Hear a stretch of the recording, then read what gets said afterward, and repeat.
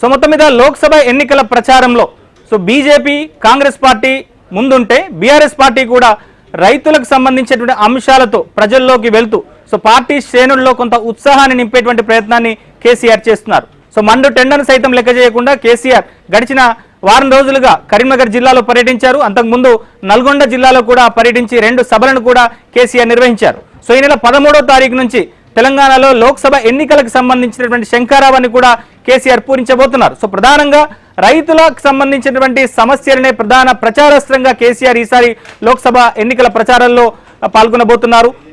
BRS పార్టీకి సంబంధించినటువంటి ఎన్నికల ప్రచారం ఎట్లా ఉండబోతోంది?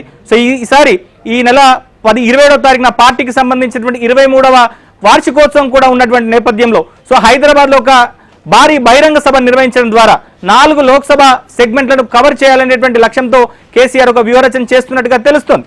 మొత్తం మీద ఈసారి బీఆర్ఎస్ పార్టీకి ఈ ఎన్నికలు చాలా కీలకం.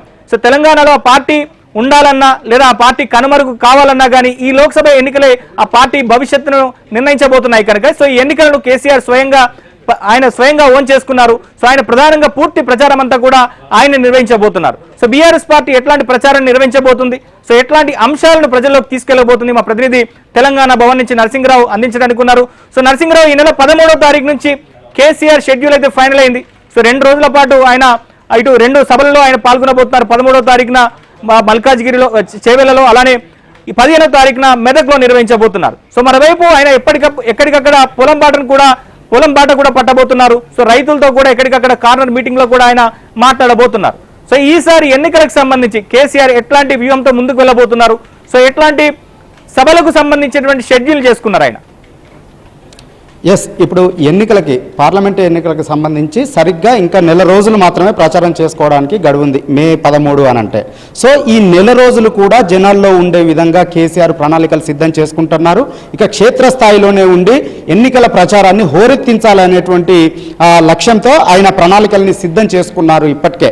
నిజానికి కేసీఆర్ అసెంబ్లీ ఎన్నికల తర్వాత ఇప్పటి వరకు 4 సార్లు బయటకు వచ్చారు. ఒకటి నల్గొండలో నీటి పోరుకు సంబంధించినటువంటి ఒక బహిరంగ సభను నిర్వహించారు నల్గొండ జిల్లాలో.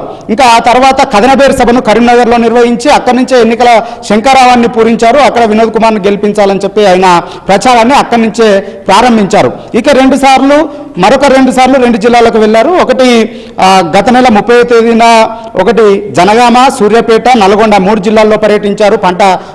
పంట పొలాల బాట పట్టి అక్కడ ఎండిన పంటల్ని ఆయన క్షేత్రస్థాయిలోకి వెళ్ళి పరిశీలించి రైతుల్ని పరామర్శించారు. ఇక మొన్నటికి మొన్న 5వ తేదీన కరీంనగర్ జిల్లాలో కూడా ఆయన పర్యటించి అక్కడ ఎండిన పంటల్ని పరిశీలించి అక్కడ కూడా రైతులతో మాట్లాడారు. ఈ ప్రభుత్వం పైన తీవ్రమైనటువంటి విమర్శల్ని చేశారు. సరిగ్గా అక్కడనే మీడియా సమావేశాలని కూడా ఏర్పాటు చేసి. అయితే నిజానికి బీఆర్ఎస్ పార్టీ ఒకవైపేమో అసెంబ్లీ ఎన్నికల్లో ఓడిపోయినటువంటి నైరాశ్యంలో బీఆర్ఎస్ పార్టీ కేడర్ ఉంది. సరిగ్గా అదే సమయంలో బీఆర్ఎస్ పార్టీకి సంబంధించినటువంటి నాయకులు వరుసపెట్టి వెళ్ళి అటు కాంగ్రెస్, భారతీయ జనతా పార్టీలో చేరుతా ఉన్నారు. మరొక వైపు లిక్కర్ స్కామ్ లో కవిత అరెస్ట్ కావడము, ఈ ఫోన్ ట్యాపింగ్ వ్యవహారం అంతా కూడా బీఆర్ఎస్ పార్టీ నేతల చుట్టూ తిరగడము, ఇవన్నీ కూడా పరిణామాలు బీఆర్ఎస్ పార్టీకి కొంత ఇబ్బందిని కలిగిస్తా ఉన్నాయి. దీంతో బీఆర్ఎస్ పార్టీకి సంబంధించినటువంటి కేడర్ అంతా కూడా కొంత నైరాశ్యంలో ఉంది. ఈ పరిణామాల్లో దీన్ని దాటుకొని వెళ్ళి ఈ ఎన్నికల్లో మెరుగైనటువంటి ఫలితాలని సాధించడం అనేటువంటిది బీఆర్ఎస్ పార్టీకి కొంత కత్తిమీది సామ్లా మారింది. ఈ నేపథ్యంలోనే క్యాడర్లో జోష్ నింపి మెరుగైనటువంటి ఫలితాలని సాధించాలి అనేటువంటి లక్ష్యంతో కేసీఆర్ ఇక ఈ నెల రోజుల పాటు కూడా జనాల్లోనే ఉండాలనేటువంటి ప్రణాళికల్ని సిద్ధం చేసుకున్నారు. అందుకు సంబంధించినటువంటి రూట్ మ్యాప్ను కూడా సిద్ధం చేసుకున్నారు. అందులో భాగంగా ఈ నెల 11న రేపు రంజాన్ ఉన్నటువంటి నేపథ్యంలో ఇక 13 నుంచి ఇక ఆయన పూర్తిగా క్షేత్రస్థాయిలోనే ఉండాలి, ప్రజల్లోకి వెళ్ళాలని చెప్పి డిసైడ్ అయ్యారు. అందులో భాగంగా 13వ తేదీన చేవెళ్లలో భారీ బహిరంగ సభను నిర్వహించబోతా ఉన్నారు. ఆ తర్వాత 15న మెదక్ పార్లమెంటరీ నియోజకవర్గంలో మరొక బహిరంగ సభను నిర్వహించబోతా ఉన్నారు. ఒకవైపు బహిరంగ సభలు నిర్వహించాలి. ఒకటి పార్లమెంటరీ నియోజకవర్గాల వారిగా ఒక్కొక్క బహిరంగ సభను నిర్వహించడంతో పాటుగా మరొక వైపు అన్ని పార్లమెంటరీ నియోజకవర్గాల్లోని అన్ని మండల కేంద్రాలను చుట్టి వచ్చే విధంగా బస్సు యాత్రలను చేయాలి. ఈ బస్సు యాత్రలో భాగంగా అన్ని మండల కేంద్రాల్లో కార్నర్ సమావేశాలు నిర్వహించాలి, రోడ్ షోలు నిర్వహించాలనే నిర్ణయం తీసుకున్నారు. ఈ ప్రచారంలో ప్రధానంగా ఈ 100 రోజుల పాలనలో కాంగ్రెస్ పార్టీ గత ఎన్నికల్లో ఇచ్చినటువంటి హామీలేంటి, విస్మరించినటువంటి హామీలేంటి, హామీలు ఇచ్చినటువంటి వాటిని నిజంగా అమలు చేస్తేనేమో వారికి ఓటేయండి, లేదంటే బీఆర్ఎస్ పార్టీకి ఓటేయండి అనేటువంటి నినాదంతో జనాల్లోకి వెళ్ళాలని చెప్పి బీఆర్ఎస్ పార్టీ డిసైడ్ అయింది. ఆ వ్యూహంతో ముందుకు వెళ్ళాలని చెప్పి నిర్ణయం తీసుకున్నారు. ఆ మేరకే ప్రణాళికల్ని సిద్ధం చేసుకున్నారు కేసీఆర్. 13 నుంచి ఇక పూర్తి స్థాయిలో జనాల్లోనే ఉండబోతా ఉన్నారు. సో మొత్తం మీద ఈ ఎన్నికలు ప్రధానంగా ఇటు అన్ని పార్టీల కంటే కూడా తెలంగాణ ముఖ్యమంత్రి రేవంత్ రెడ్డి పనితీరుకు పెద్ద పరీక్షగా మనం చెప్పుకోవచ్చు. సో ఆయన ఇప్పటికే ఓపెన్ ఛాలెంజ్ కూడా విసిరారు. సో ఈ ఎన్నికల్లో ఒక్క సీటును కూడా బీఆర్ఎస్ పార్టీ గెలిపించుకోలేదు అని చెప్పారు. సో దానికి సవాల్ కూడా విసిరారు.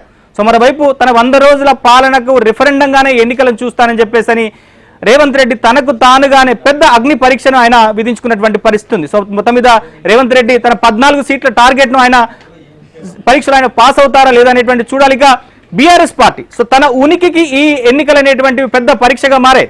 సో ఎందుకంటే తెలంగాణలో కనుక ఆ పార్టీ తరపున ఆ పార్టీ నుంచి 39 మంది ఎమ్మెల్యేలు గెలిస్తే సో ఇప్పటికే 3 ఎమ్మెల్యేలు కాంగ్రెస్ పార్టీలో చేరారు. సో మరో 20 మంది కాంగ్రెస్ పార్టీలో చేరేందుకు సిద్ధంగా ఉన్నటువంటి పరిస్థితి ఉంది. సో వచ్చే 5 సంవత్సరాల పార్టీ మనుగడ సాధించాలంటే ఖచ్చితంగా ఈ లోక్సభ ఎన్నికల్లో గణనీయమైనటువంటి సీట్లను బీఆర్ఎస్ పార్టీ గెలుచుకోవాల్సినటువంటి పరిస్థితి ఉంది.